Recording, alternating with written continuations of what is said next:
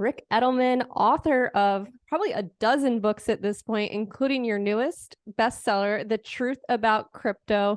Also an advisor and one who's been ranked #1 independent financial advisor by Barron's 3 times, and the founder of Digital Assets Council of Financial Professionals, among many other titles. Ric, it is so great to welcome you to the show. Thanks for coming on. Oh, it's my pleasure to be with you, Julia. Thank you. Well, I'm looking forward to this conversation, and I'm sure the folks at home are as well. And I was hoping, Ric, we could kind of start with the big picture, more of your macro view today. We're about to wrap up the first month of 2023. I know a lot of folks were very pessimistic at the end of 2022. What is your big picture macro outlook today? Well, there's a difference. I'll give you 2 answers because there's a difference between the economy and the stock market. The economy is bad and getting worse. There's no question about this. We're clearly already in a recession or soon to be headed into one. It's been a long time coming. We're seeing massive job layoffs in virtually every sector of the economy. Sales, retail are down dramatically. Housing prices are falling, and they're going to fall much further. We all know the reasons why this is happening. It's been 4 years in bubbling, so the situation stinks. But that's the economy. That's not necessarily the stock market. The stock market, we have to remember, is a leading economic indicator. There are 3 kinds of indicators: leading, lagging, and coincident. Some tell you what the economy did, others are telling you what it's doing, and others are telling you what it's going to do. The stock market's a leading indicator, means it tells you what's going to happen. The stock market fell last year because it was expecting the recession to occur this year. So the stock market went down before the recession, and frankly, the stock market will go up before the recession's over. So the fact that we are going into a bad economy doesn't necessarily mean stocks are going to do poorly. Stocks, you could argue, have already done poorly. The worst of it is over for stocks. And by the second half of this year, the stock market very well may do just fine. That's a good way of putting it. As you mentioned, the stock market is a leading indicator, and I think that's a really important distinction for folks to make. Do you ever find that people conflate the two, and that could mess them up when it comes to investing, or if they see all these, kind of maybe more negative headlines about the economy? Very much so, because most folks don't realize there's a difference between the economy and the stock market. And when you look at all the headlines, they're all about the economy. They're talking about rising interest rates and inflation rates, on higher food prices and energy prices. And they're talking about job losses, and they're talking about declining housing prices, and everybody, and all the job layoffs. And that assumes that stocks will therefore all go down. What we have to remember is that if a company does massive layoffs, Google announced that they're firing 12,000 people. Amazon is firing thousands. Microsoft is firing thousands. Amazon, everybody everywhere is firing. Goldman Sachs and JP Morgan, they're all firing thousands of people. And people say, oh, this is terrible. No, it's not. Guess what happens when a company fires thousands of people? Their costs go down, which means their profits go up.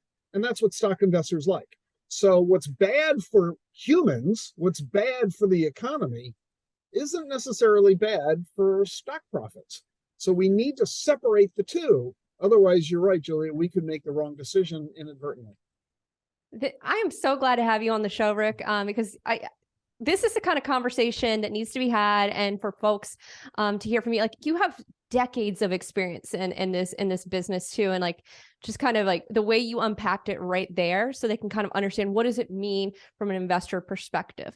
How much would you say the economy, or the backdrop of the economy, does that affect your investing, or can you do you put that aside? And I would love to kind of hear, what are you kind of doing in this environment? Are you buying? Are you looking for opportunities? Does the economy matter to you?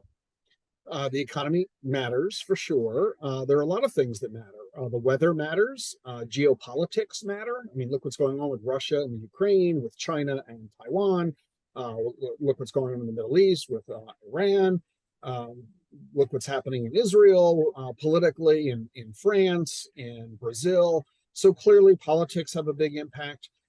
So do consumer attitudes, and consumer attitudes are influenced by their pocketbook. If I'm out of work, I'm not going to be spending money, and that means there's a reduction in retail sales, which has a negative impact on retailers, and that leads to layoffs, and it becomes a big issue. So all of this adds up to things we have to be concerned about. But here's the thing, Julie.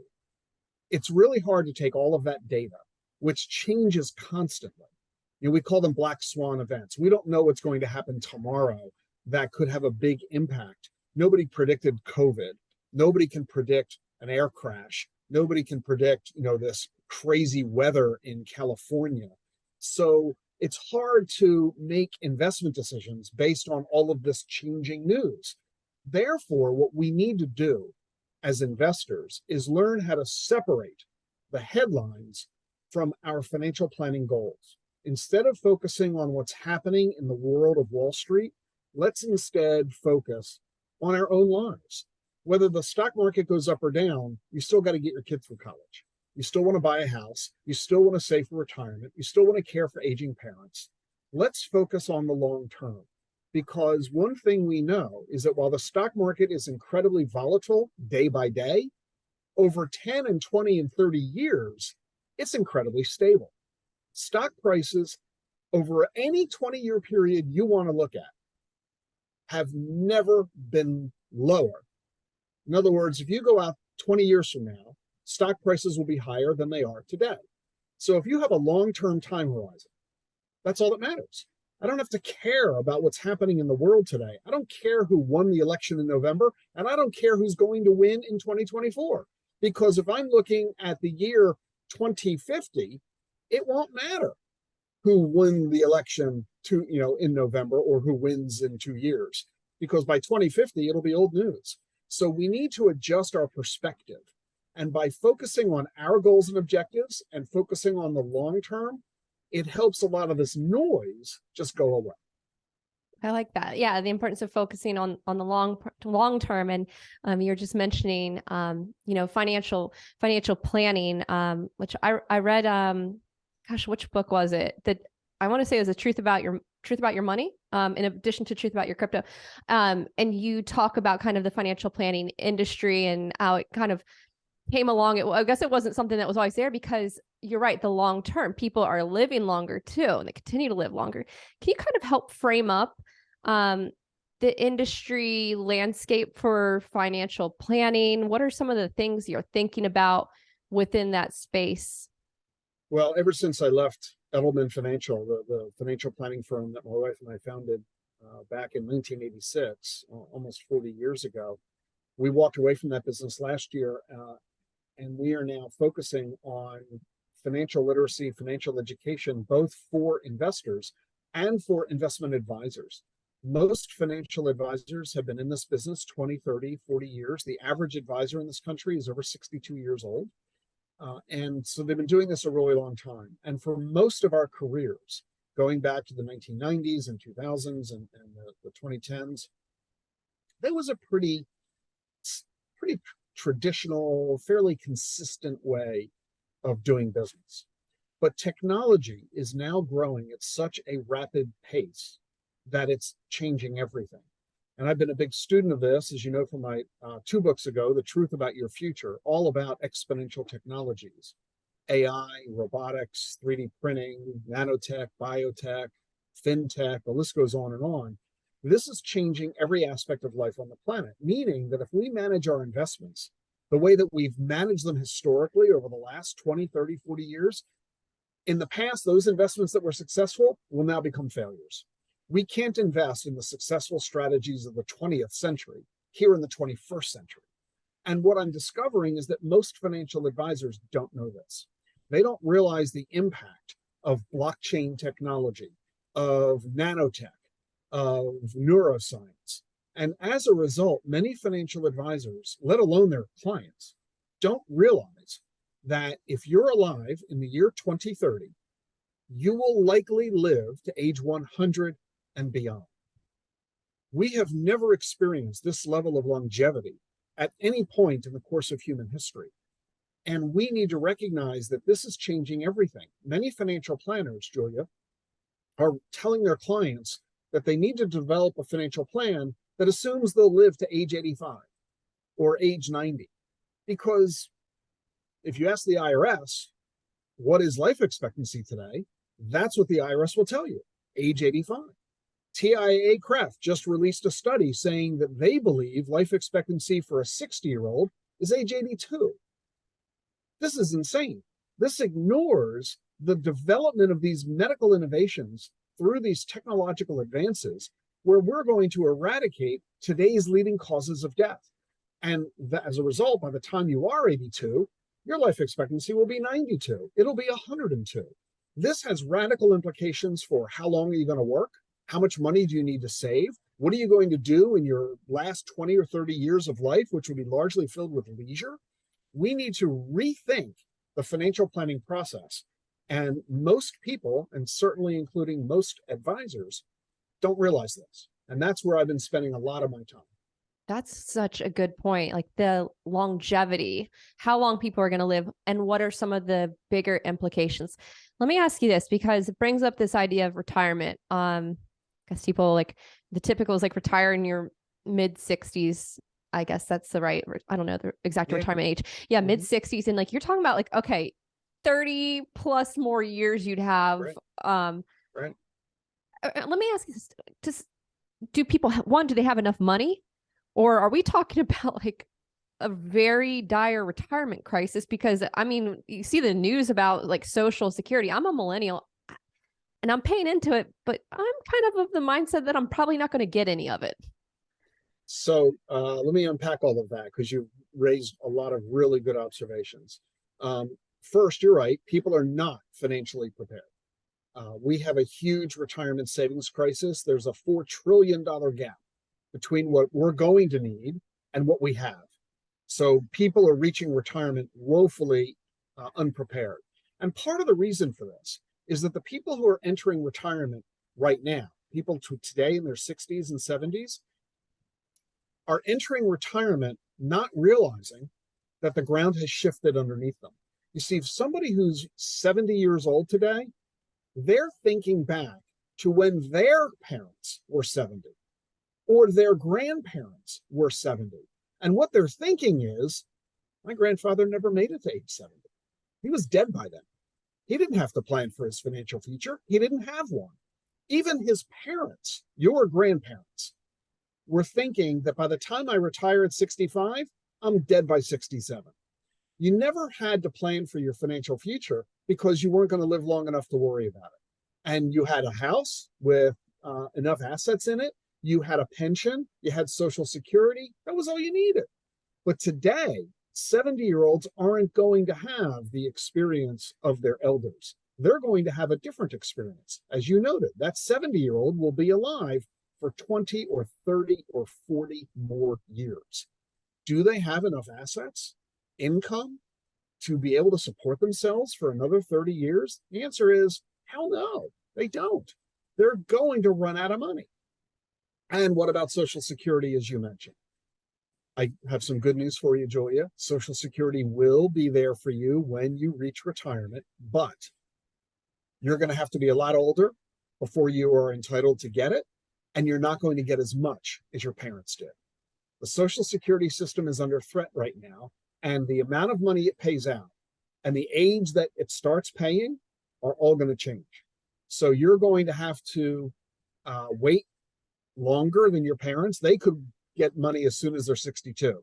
You're going to probably not get money until you're 70. And the amount of money you get will be less than the amount of money they get, because the Social Security system can't afford to continue paying all the benefits that it has historically paid.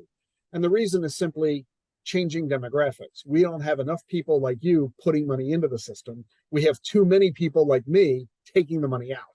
And so the system isn't really working the way that it was designed back in 1935. So for all of these reasons, the short answer is this, Julia. You're not going to retire at 65. You're going to be working probably until you're 85. You said 85? I did. Okay. I have 50 more years.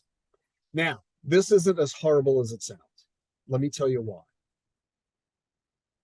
Number one, you're going to be as healthy at 85 as you are today, which means you're going to enjoy working. You love what you do now. You're having a lot of fun. It's interesting. It's exciting. It's profitable. why on earth would you want to give that up?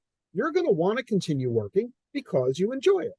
Number two, you're going to need the money. So you're going to keep working out of economic necessity. Third, you're not going to retire the way that your parents and grandparents did. See, we used to have a scenario which is very quickly going away. It's called the linear lifeline. The linear lifeline says you're born, you go to school, you get a job, you retire, you die.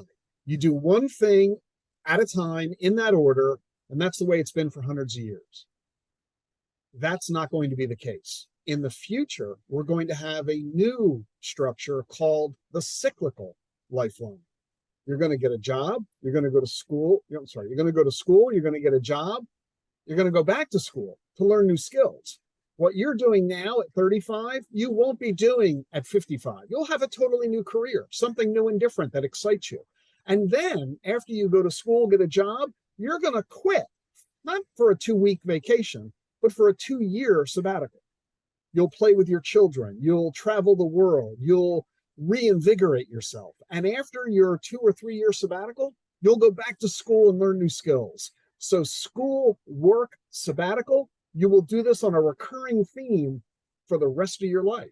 Waiting until retirement, when you can then take a cruise around the world and have 30 years of leisure all at once in your 70s, 80s, 90s, that's way out of date. You're going to take that 30-year chunk and you're going to split it up in your 30s and 40s and 50s and 60s. It'll be much more fun and it'll be much more profitable. That is fascinating. I wrote down a lot of notes because, wow, Rick, I can already tell you, I think it's a great episode because you have a wealth of ideas and knowledge. So in that scenario, going to school, work, sabbatical, school, kind of more the cyclical that you're talking about, it is probably so important that a person kind of retains this lifelong learning mindset. You can't just get soft. You have to keep learning new skills. That's right. How do you, because you need to be able to survive in that kind of new paradigm there. It's not the old way. You're absolutely right, Julia. You've hit on a major theme of my book, The Truth About Your Future, which is exactly on the words you just said, lifelong learning. At the moment, parents are terribly focused on college planning.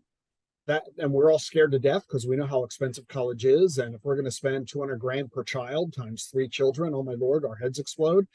Here's the good news. It's not about college planning anymore. In the old days, your parents and grandparents, they could go to college for 4 years, get a degree in teaching or accounting, and work in that career for their whole career, their whole lives, and then retire at 65 and be fine. Not anymore, because the advancement of knowledge is growing so quickly that half of what you learn as a freshman is out of date by the time you're a senior. This is why employers send their workers back to conferences, continuing education programs, certificate classes to keep their skills up to date. It's not enough that we get a college degree in our 20s and then stop our education. We're going to have to be re-educated on a continual basis because of all the new innovations that have just come out of nowhere. So you're absolutely right. It's all about lifelong learning. It's not about a degree one and done. Yeah. Do you think, okay, and because you're also talking about like certificates or conferences, continuing education, because like I'm of the generation too, I have a lot of friends who are still paying off like student debt. How much does the expense, like college is expensive. I'm here in the state of North Carolina, which is great because UNC, if you're in state, amazing deal. Plug my alma mater. But college universities, they are very expensive. Grad school is expensive. So and how here's do you the kind good of news. Yeah. The good news is that the higher education paradigm is completely shifting. College is a disaster today. This is my next book that will come out next year. How to get a college degree without it ruining your life. Because so many people have had their lives destroyed by excessive student loan debt. It's $1.8 trillion. We owe more to student loans than we do to credit cards today. And so many millions of people have student loan debt, but they don't have a college degree. They're not even getting the benefit of it from the debt they incurred. So we have to change it. And it is rapidly changing. Today, you can get a degree at little to no cost. You can get a degree that is in a career that is actually marketable, that will lead to a high-paying job and career satisfaction. And it's vital that we shift our whole attitude and approach about going to college. Because if we do it the way you did it, the way I did it, the way your parents did it and grandparents, that worked in the 1980s. It worked in the 2000s. It's not working today. So we do have to totally shift our viewpoint on whether or not to go to college. And if so, what college, what major, what expense, and how long am I going to take to get the degree? We've got to rethink all of it. Mm-hmm.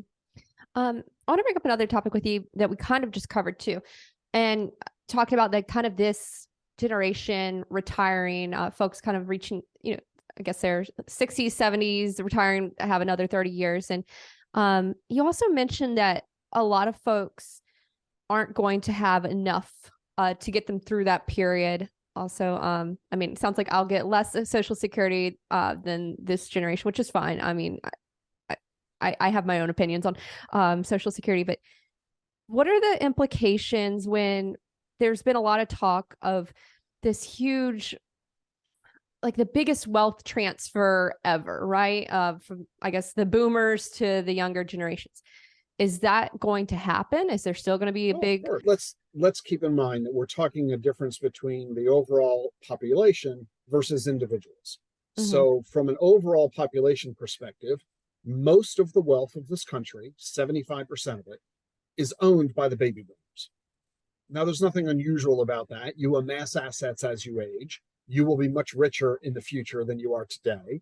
Your parents are much richer today than they were when they were your age. So it's not a surprise that boomers have most of the money.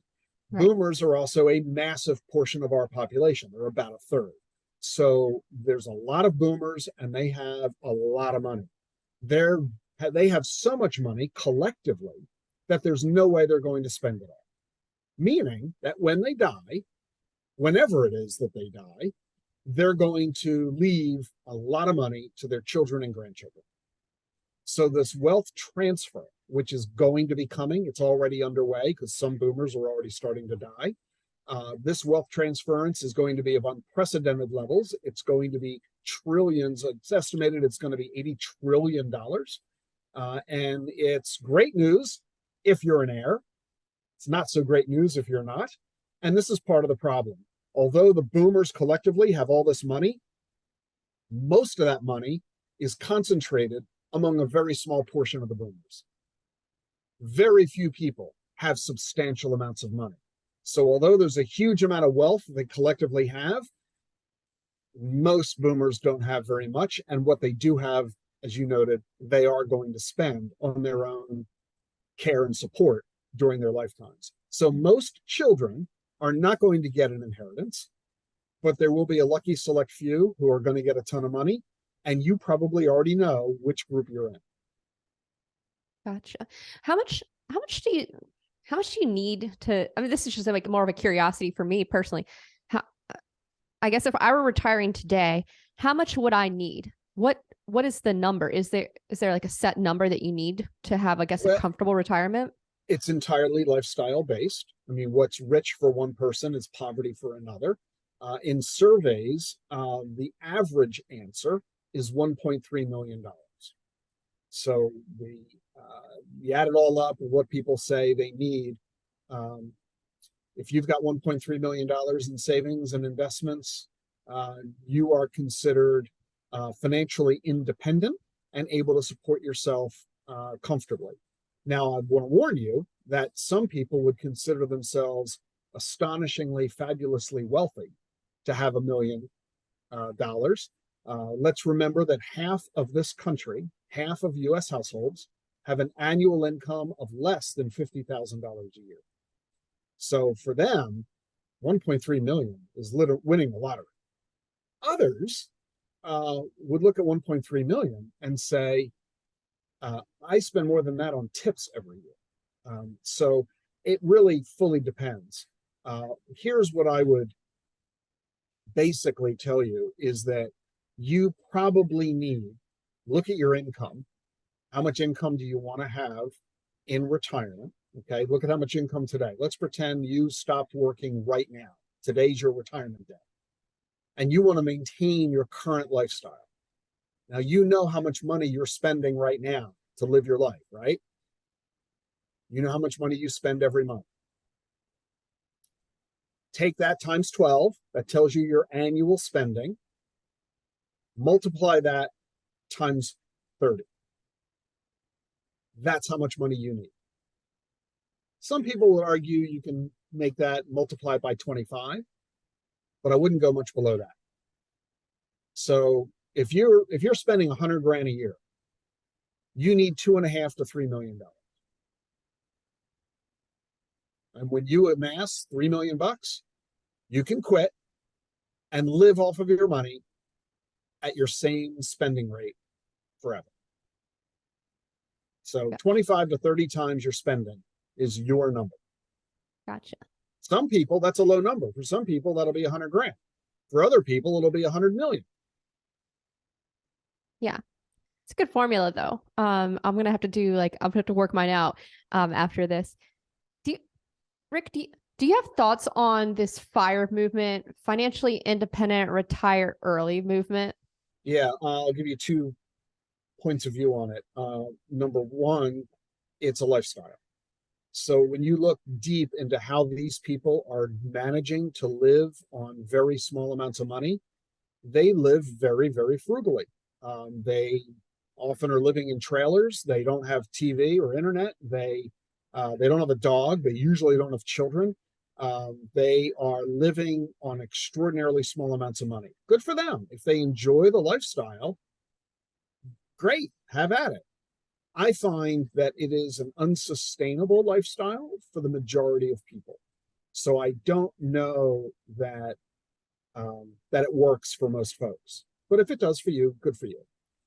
On the other hand, I'll tell you that their principles, the basic philosophy, is a very healthy one. You should live a lifestyle that is sustainable, that is not extravagant, that doesn't force you to live up to the expectations of others, the keeping up with the Joneses kind of thing. I'm not going to spend money only because other people are coercing me to spend it.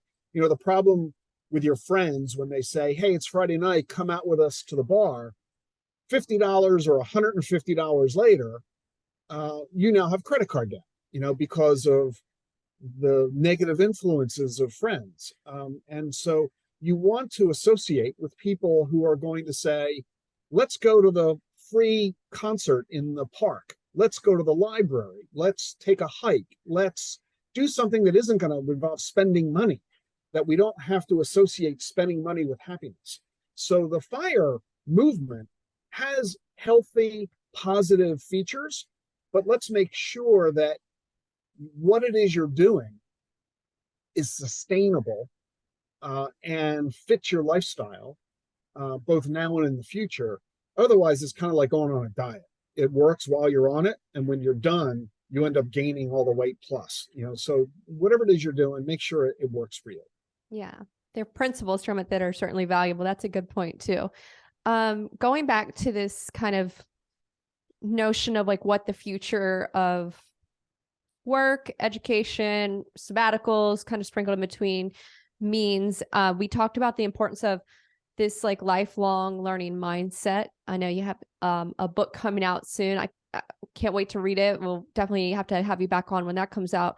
But also this notion of living longer. How much do you ever worry or think about the general health of the population? I mean, there's obviously potential to live a lot longer, but do you think that we're on the right track? Are we practicing healthy habits, or people we're generally on the wrong track. We have an obesity crisis in America. We have a drug and alcohol problem crisis in America. We are, for all of our knowledge and collected wisdom, and for all the experience we have amassed, we know how to live to age 100 healthy. You exercise, you diet, you get a lot of sleep, 8 to 10 hours a night. You lower your stress. You don't drink. You don't smoke. You are in healthy social relationships. We know how to do this, but the vast majority of people don't. We have epidemics in, as I mentioned, obesity and drug addiction. One of the leading causes of death today are accidents. We're literally killing ourselves by falling downstairs or slipping on the ice. We're just being unthinking or lazy about things. On a more horrible note, the leading cause of death for people ages 10 to 34 is now suicide. Depression has become one of the leading ailments in America.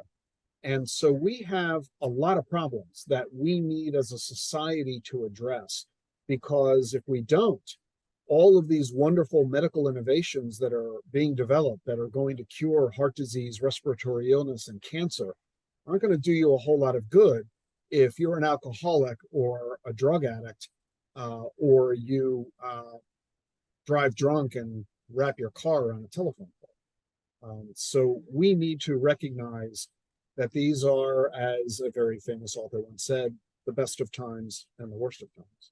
Yeah. Yeah. Getting your health right. Also just getting your financial situation right as well. On the financial part, it sounds like you do a lot of education. I know you speak a lot. You do a lot of conferences as well. What do you say? Like, what is kind of your main message? Like, do you have a kind of target audience that you've been talking to? Do you talk more to like Gen Z meets millennial? Like what are kind of some of the messages that you're trying to get out there? Probably the number one subject that I'm being asked to talk about these days is crypto. Blockchain and digital assets is one of the most revolutionary new innovations that have come along in a long time. Blockchain technology is as big a deal as the launch of the internet back in the 1990s. And it represents one of the greatest wealth building opportunities of a generation. So I've been spending a lot of time teaching not just investors of all ages, but also investment advisors about this, because it's totally new and different. It has nothing in common with the stock market or the bond market or the real estate market. It's unrelated to gold or oil or commodities. And there aren't many avenues for people to learn about this in an objective, unbiased way. And that's why I created DACFP, the Digital Assets Council of Financial Professionals, to teach folks about crypto. We've all heard about everything else, but nobody has heard about crypto. These days, people have heard of Bitcoin, but they don't know what it is. Even those who own Bitcoin can't explain to you what it is. And so that's where I'm spending a lot of my time.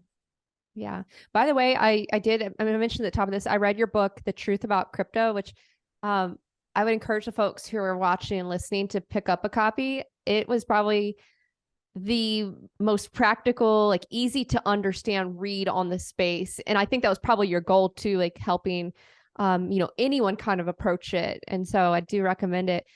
Let me ask you this though, because we're still in a crypto winter. We've had the FTX fiasco.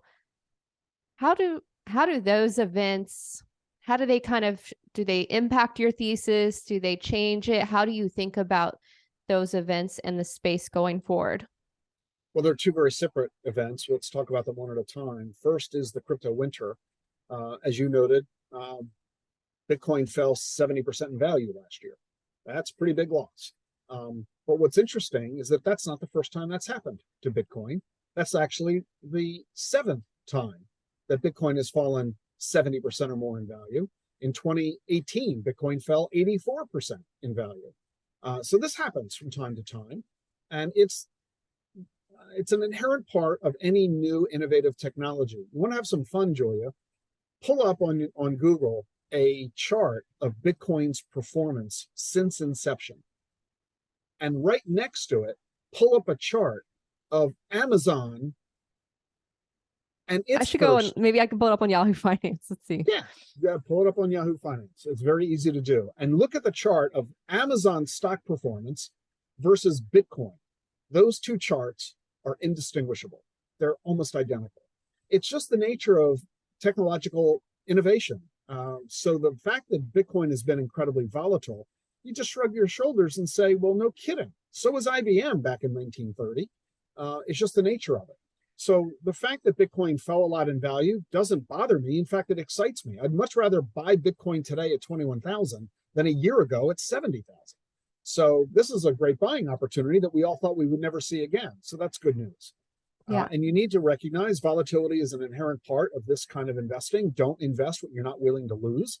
And why I recommend you invest low single digits, a small allocation, 1% of your investments. That's all you need to do. Treat it like a lottery ticket. So that's one half. I don't worry about the crypto winning. The second piece is FTX. And boy, how horrible this has been. Here's the good news about FTX. When the story first broke, I was horrified. All of us in the crypto community were horrified because FTX is the second largest exchange in the world, a multi-billion-dollar business valued at $32 billion. And everybody believed that this was a powerhouse of a company. And within 72 hours, it collapsed, became worthless. And we were fearful that this meant that the crypto thesis was invalid. That if FTX couldn't survive, and if it could just disappear in 3 days, does this mean that everything we believed about crypto was false? And what we discovered in the weeks that followed, to a huge relief to all of us, is that FTX's blowup had nothing to do with crypto. Sam Bankman-Fried, it appears, is nothing more than a con artist, nothing more than a crook. He was a scam, just like Bernie Madoff was in the stock market. Sam was using crypto to trick everybody into giving him billions of dollars, just like Bernie Madoff used stocks as a trick to get people to invest with him. So the good news is that this had nothing to do with crypto. The bad news is he got away with it for years, and a lot of people lost a lot of money. But at least it was, I'll put this in quotes, only a scam.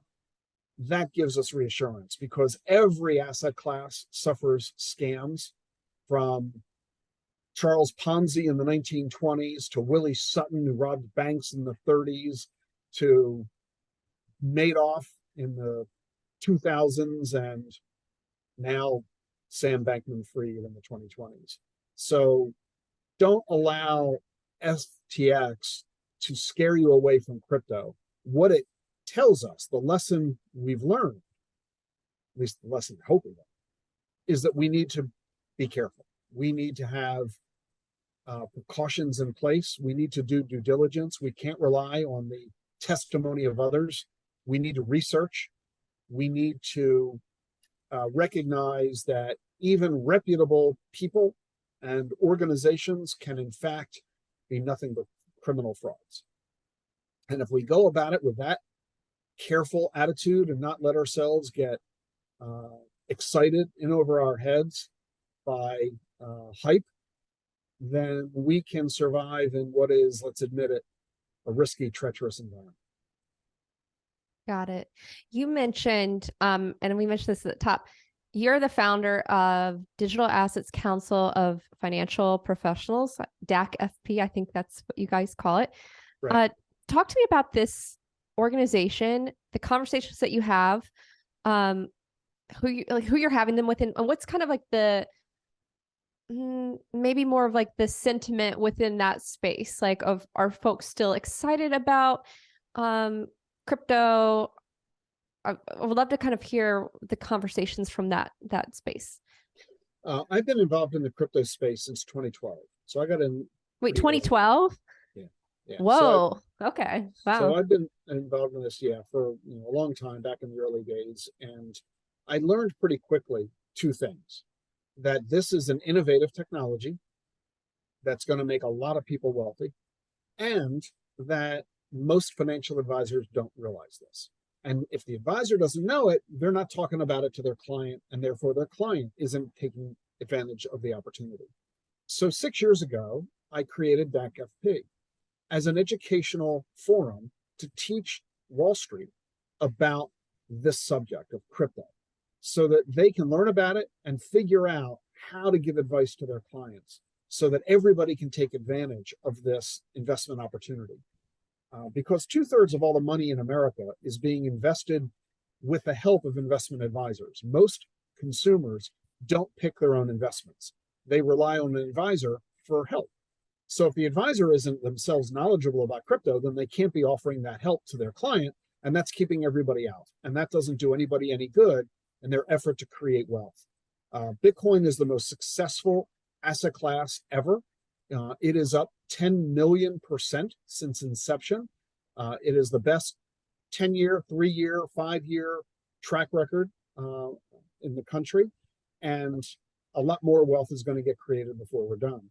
So we created DACFP to provide education. And the big claim to fame we have is that we created the certificate in blockchain and digital assets. It's an online self-study course with a world-class faculty that teaches advisors and financial professionals what all this is. The first half of the course is all about the tech. The second half is all about investment management. How do you build a portfolio, the investment thesis, regulation, taxation, compliance, and so on. And we're broadening the course in 2 months. We're launching a separate course for consumers and investors because they have expressed so much interest in this course. So you can learn a lot more about it at DACFP.com. And we're even offering your audience, Julia, a discount on the course. It's $879. But when you enroll, if you use the discount code La Roche 10, you get a 10% discount. Cool. Awesome. Wait, okay, Rick, 2012, that's when you I know like the white paper came out in 2009. Right. Talk to me about like your kind of foray into the space in 2012. Because gosh, I remember like being a young journalist and like thinking, wow, I forgot what price it was, maybe a couple $100. And I was thinking, wow, that's so expensive or whatever. Can we go back to 2012? What was it for you? Well, I wasn't looking for it. Nobody ever was, right? Somebody introduced it to me. Just that's how we all hear about it. You know, hey, it's all viral. Hey, did you hear about this thing called Bitcoin?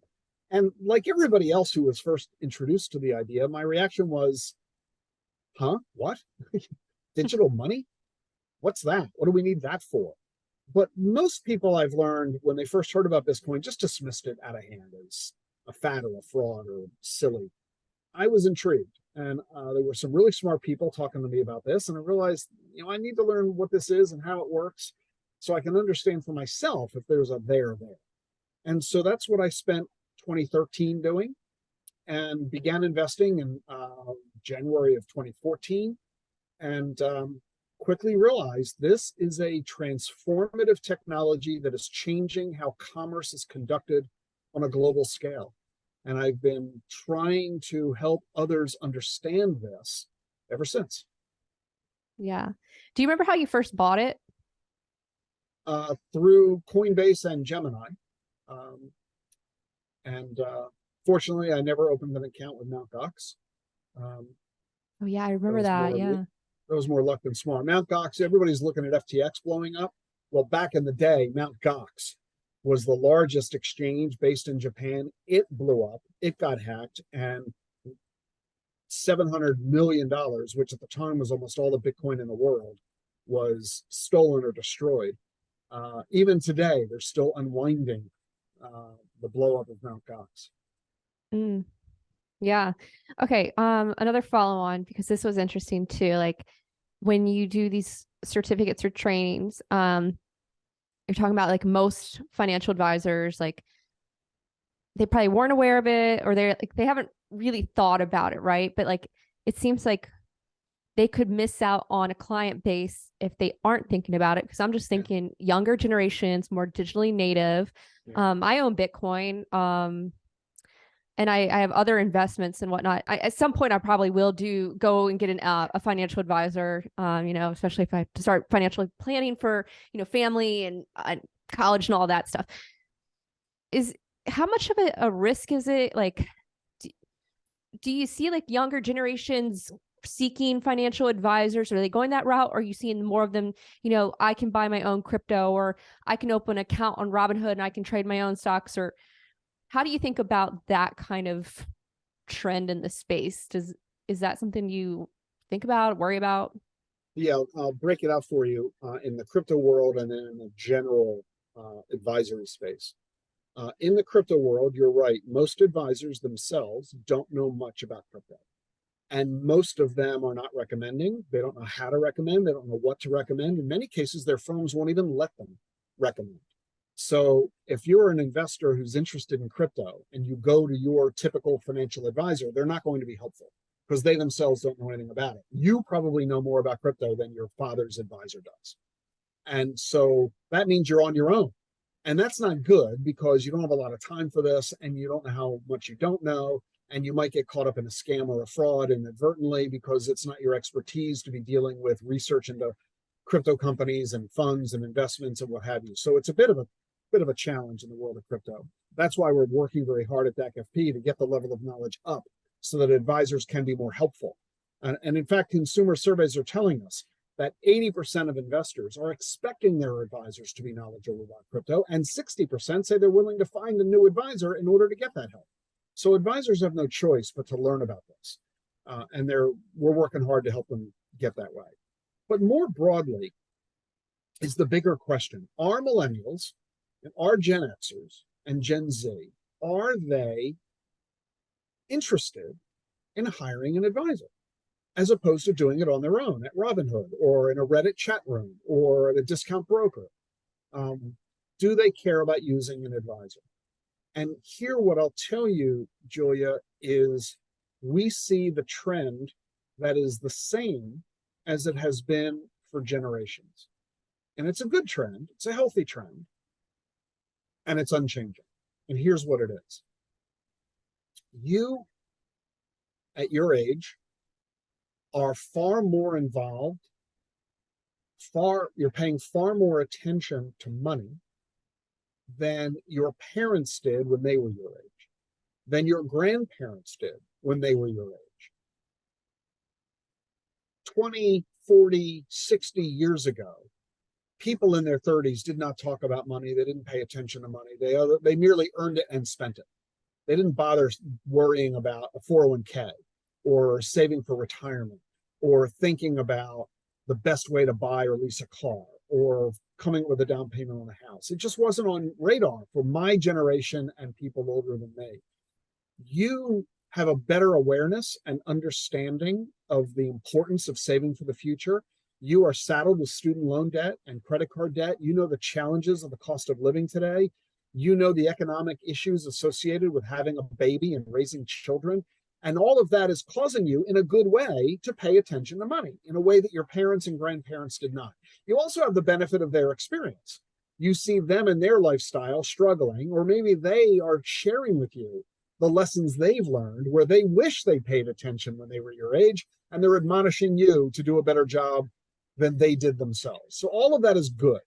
But when you go to implement that, chances are you're going to do it on your own. You have the attitude that you don't want an advisor. You don't need an advisor. You don't want to spend the money on an advisor. Your situation isn't complicated. You don't have a lot of houses. You don't have a lot of kids. You don't have a lot of money. All you want to do are find good investments. And you can do that at Robinhood pretty easily. You can do that at Acorns. You can do that at Schwab. You can do that in a Reddit chat room. You don't need an advisor. You're wrong, but that's your attitude. And it's okay. It means you're engaged. You own investments. You have brokerage accounts. You're trading stocks. You're buying crypto. You're even talking to your friends about it, just like you talk about sports and the weather and fashion and Hollywood. You also talk about money and investments. It's wonderful. It's great. Here's what's going to happen, Julia. Fast forward 10 years when you're 45. 10 years after that, when you're 55. In your 40s, you're going to have a house. You're going to have a spouse. You're probably going to have kids. When you're in your 55, you're going to start thinking about retirement. You're going to start noticing that old college classmates are dying, that elders are dying. And you're going to start to say to yourself two things. One, gee, maybe I'm not immortal after all.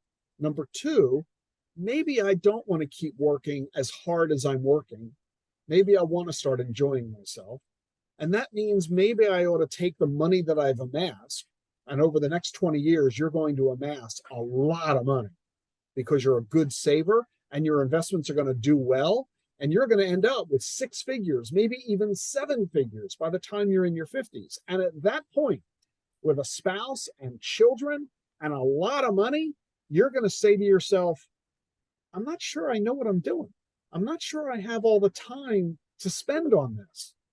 I'm not sure I want to spend my time on that. And even though I might be pretty good with investments, I don't know a lot about taxes. I don't know a lot about estate planning. I don't know a lot about insurance. I don't know a lot about mortgages.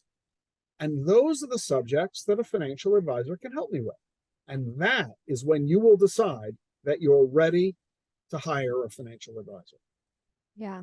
What would you say would be like the number one question from like a client's perspective to ask, like when they're seeking a financial advisor?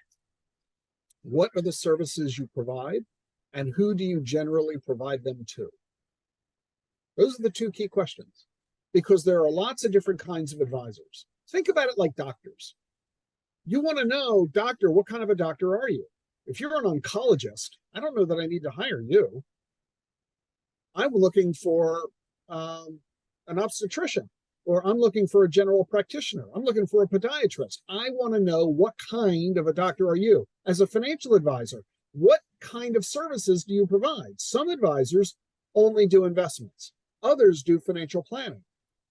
So you want to know, what do you do? Is what you do the kind of thing I need? Number 2, who do you do it for? Some advisors work with billionaires. Others work with Fortune 500 executives. Some work with divorcees or widows or school teachers. I know an advisor, he only works with pilots of Delta Airlines. If you're not a pilot at Delta Airlines, he won't take you as a client. I know another advisor who only works with employees of Marriott. His office is across the street from their world headquarters. Now, if you're an employee of Marriott, you want to hire this guy because he knows Marriott's employee benefits program like nobody else.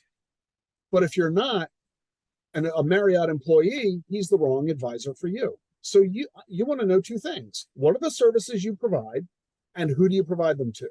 I'm looking for someone who does what I need for people like me. Yeah, makes a lot of sense. We only have a few minutes left, and maybe I'll just get some more like outlook stuff from you. So back to Bitcoin. You were mentioning like probably a pretty good time to be buying. I don't know if you're buying. I probably bought. I think the last time I bought was like October or something. I don't know. Are you buying during this time? And do you have like an outlook on where we'll be? I don't know. I don't even know if you do those outlooks like in the next year. What are you kind of looking for there? Well, I'm on record of saying that I believe that by the summer of 25, 2.5 years from now, Bitcoin will be 150,000. 150,000 by summer of 25. Yeah.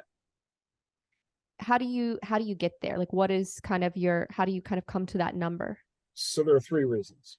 Number 1, we are seeing, because of FTX, a huge new level of attention in Washington from Congress and regulators. We all realize that there's not enough regulation. There are too few laws to protect investors. And this is what helped to allow the FTX scam to occur. So we're going to see over the next year and a half a whole new round of legislation and regulation that is going to protect consumers. And more importantly, it'll provide rules of the road. Companies will know how to operate within a legal framework. Those rules do not exist today.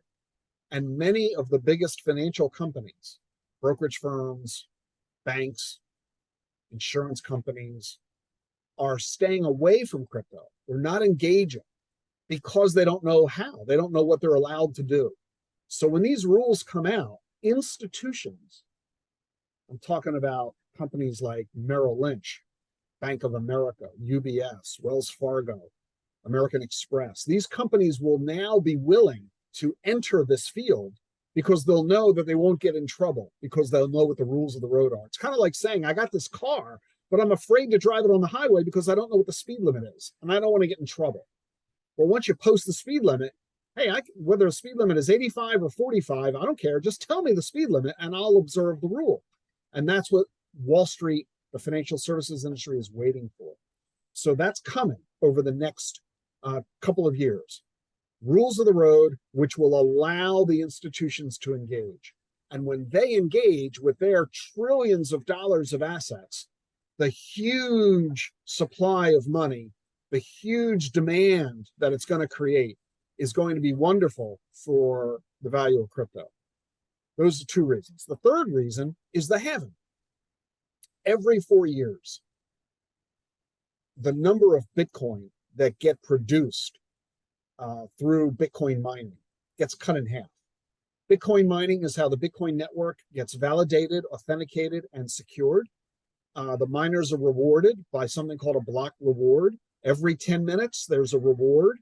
And that reward started out in 2009 at 50 Bitcoins. That was a lot of Bitcoin every 10 minutes. They were worthless.